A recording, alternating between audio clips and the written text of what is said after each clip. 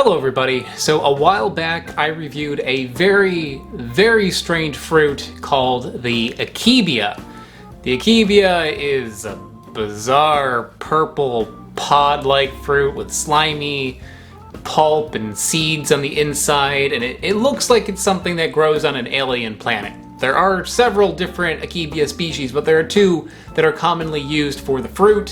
One is Akebia quinnata, which is the one that I had before, and the second one is this, Akebia Trifoliata. And I believe that this is called Akebia Trifoliata because of three, which is the shape of the leaves. There's a set of 3 leaves on each little stalk here. And with the quinnata, I believe that one is 5. It has 5 leaves. This, by the way, was sent to me by Wanderlust Nursery. So if you are somebody who grows plants, head over to wanderlustnursery.com if you are interested in growing the Akebia. So I was sent 3 of these fruits from Wanderlust Nursery. 2 of them are quite small, but look really good. And then I have one that's kind of large, but is browned a bit. So I'm actually going to eat the smaller ones. The leaves hanging off of this one are small and purple, but I believe when these get a little bit bigger, they turn green like this. So as the Akebia ripens, it cracks open a little bit. So I'm going to help this the rest of the way. Show you the inside. So weird looking. And the pulp in there is edible. You can eat this pulp. However, the seeds, at least when I had it last time on the quinnata, the seeds I was told were edible, but they gave me a scratchy throat. So I'm actually not going to eat these ones. It tastes about the same as the quinnata, and that flavor is mild and sweet. It's got a slight sweetness to it, maybe like a 3 out of 10. And the flavor of it is kind of like persimmon. It's slightly like chestnutty or like pumpkiny, but really you're not getting a lot of flavor. It's pleasant to eat, like that flavor is good, but it's not anything sour. There's no sourness to it. It's not an especially strong flavor. The texture of this is kind of odd. It's like applesauce, but a little slimier. It's not a terrible texture, but I can see this better as like a juice. I would collect like a whole bunch of these, strain out the seeds, add maybe like a little bit of like lemon juice to it or something, and that would be nice. That would be like a refreshing drink like watermelon juice or something like that. So here's one of the seeds. They are small, they are dark, but these ones have little white spots on them. I don't recall the one that I had before having a white spot on it, so that's a little bit different. Not only is the fruit inside edible, but so is the pod. The pod is used like a vegetable, most commonly used in Japan. It's kind of like somewhere between a squash and an eggplant. It's very mild in taste, but it's all right. It kind of adapts the flavor that you put onto it. Not only is the pod edible, but so are the leaves. So today we're going to go a little bit more advanced into the Akebia. I'm going to make Akebia leaf tea, and then I'm going to do something pretty interesting with the pod as well. Let's do it. Do you need a last-minute gift for the holidays? Well, consider this, Trade Coffee. Trade is a coffee subscription service that will allow you, or somebody that you forgot to buy a gift for, to enjoy freshly roasted coffee from independent roasters all around the country. Whether you know what kind of coffee you want, or if you need some help choosing, Trade makes it easy. In the last package that was sent to me, I got this, anodyne coffee from Milwaukee, Wisconsin. I live in New York City. I don't live anywhere near an anodyne coffee roaster.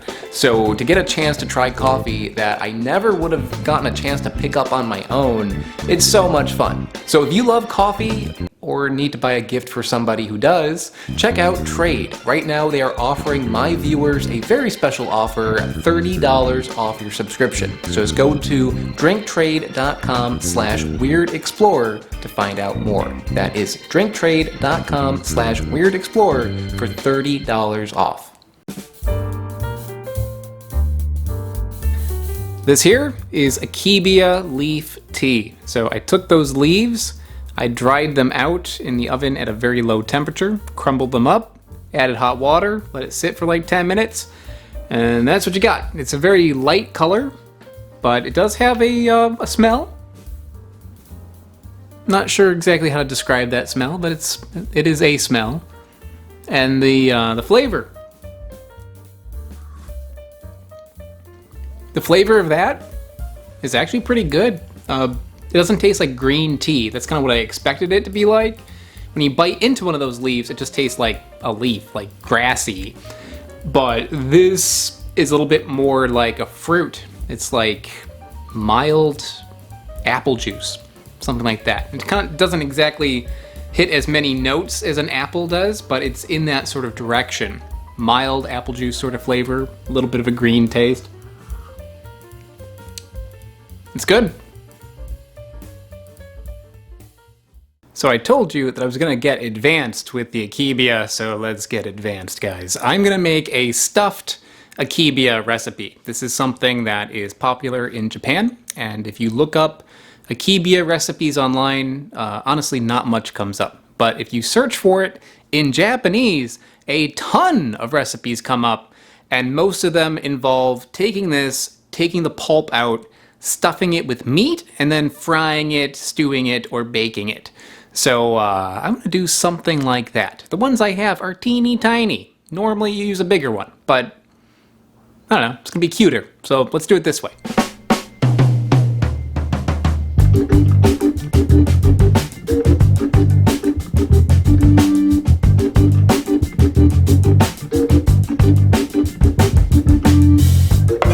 Here's a cube of fresh tofu. This is really, really good stuff. I actually got this from H-Mart, which is a Korean grocery store, and they make it fresh. And when you get it, it's actually like still warm and so good you could actually eat it raw.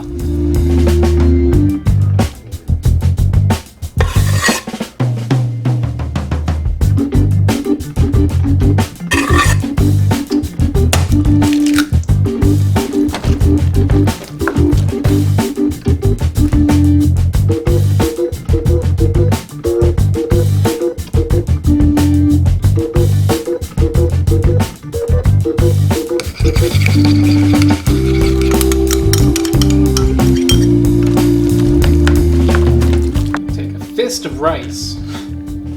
Just one fist. And who am I kidding? Two fists. Two fists of rice. If you're a child doing this, you might want to put more fists of rice than that. Also, you should be doing this with a parent.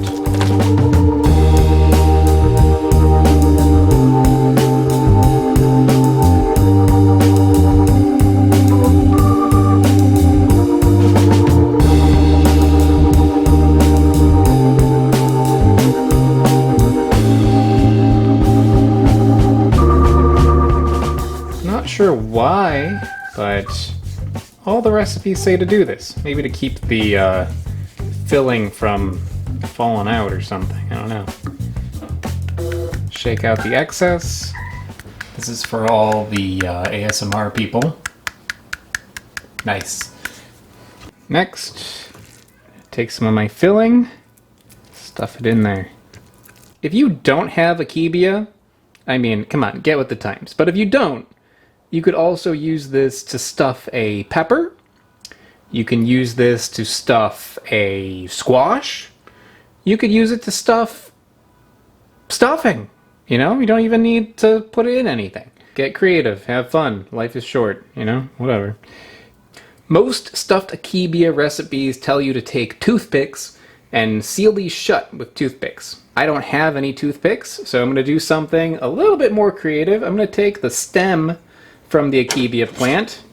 I'm going to cut that and stick that through like that. And that'll help keep it closed.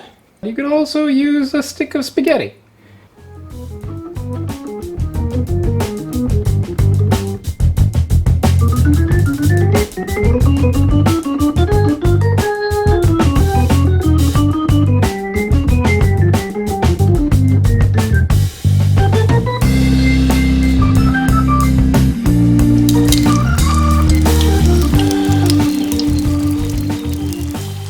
so that looks better than I thought it would look. I made not just the stuffed Akebia, but I also made a stuffed pepper and some stuffing.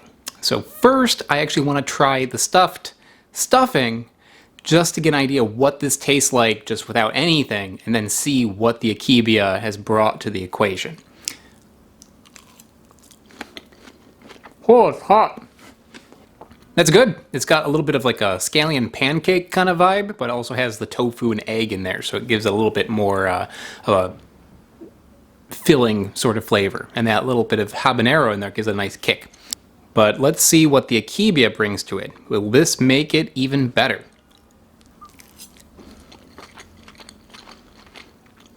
The Akebia has a bit of a bitterness to it, and a bit of like a, I don't know, like a mintiness or herbal kind of taste that like tingles your tongue. Not really in a good way. I think, yeah, I like it better without the Akebia. But it does make an adorable little casing for it, so that's kind of nice. And if you like bitter things, that'll be a way to go. But yeah, I'm not digging that flavor so much. Let's try the pepper. Why not? This pepper looked real cute before I cooked it. Now it looks kind of gross, but that's the winner. First place goes to stuffed pepper. Next goes the stuffing on its own. Then I would go with the Akebia. The Akebia adds a flavor to it that I don't like. I think the fruit of it, like the pulp, the sweet part, that's pretty good. That's got its use. The outer bit, like, people use it. People like it. It's not my thing. It's not my thing. The texture of it is a little slimy. It's a little bit like in the direction of like an eggplant. And it has a little bit of a negative taste, like a little bit of like a bitter herb kind of taste. And last time I made a video about Akebia, I took that and I sauteed it with like a nice soy sauce, miso sort of concoction that I made. And I felt the exact same way. I'm like, this is good, but I like the sauce better than the Akebia. Like, I would rather that sauce on something else. Like, even if it were just like rice, I would like that sauce better. In the case of this, it's the same thing with the stuffing. I like that stuffing. I would rather the stuffing was in something else. So yeah, I'm not really sold on the Akebia pod. I think the fruit on the inside is okay. I think that how it looks, that is the selling point. This thing looks amazing. And I think even like making something with it, like that stuffed Akebia, is not a bad idea. But the thing that appeals to me most about it is that it's in an Akebia, that it is inside this weird alien looking fruit. So I think that's about it. Thanks again to Wanderlust Nursery for sending this to me, and thank you all for watching. Bye-bye. Ice Cream Man's here. I would like to give a big shout out to Smarter Every Day, Loftyrex, and JMac. They are mega patrons over on Patreon.com. Patreon, I'm sure you've heard about it, but basically it is how I can afford to go on all the adventures that I go on this channel and how I buy all the fruit that I buy. So if you are interested in supporting the channel, check out the link in the description below. Another way to help out is by going to my website. My website has all my videos organized into categories, which is pretty cool, and I also have t-shirts for sale over there. So check it out, and I will see you all next time.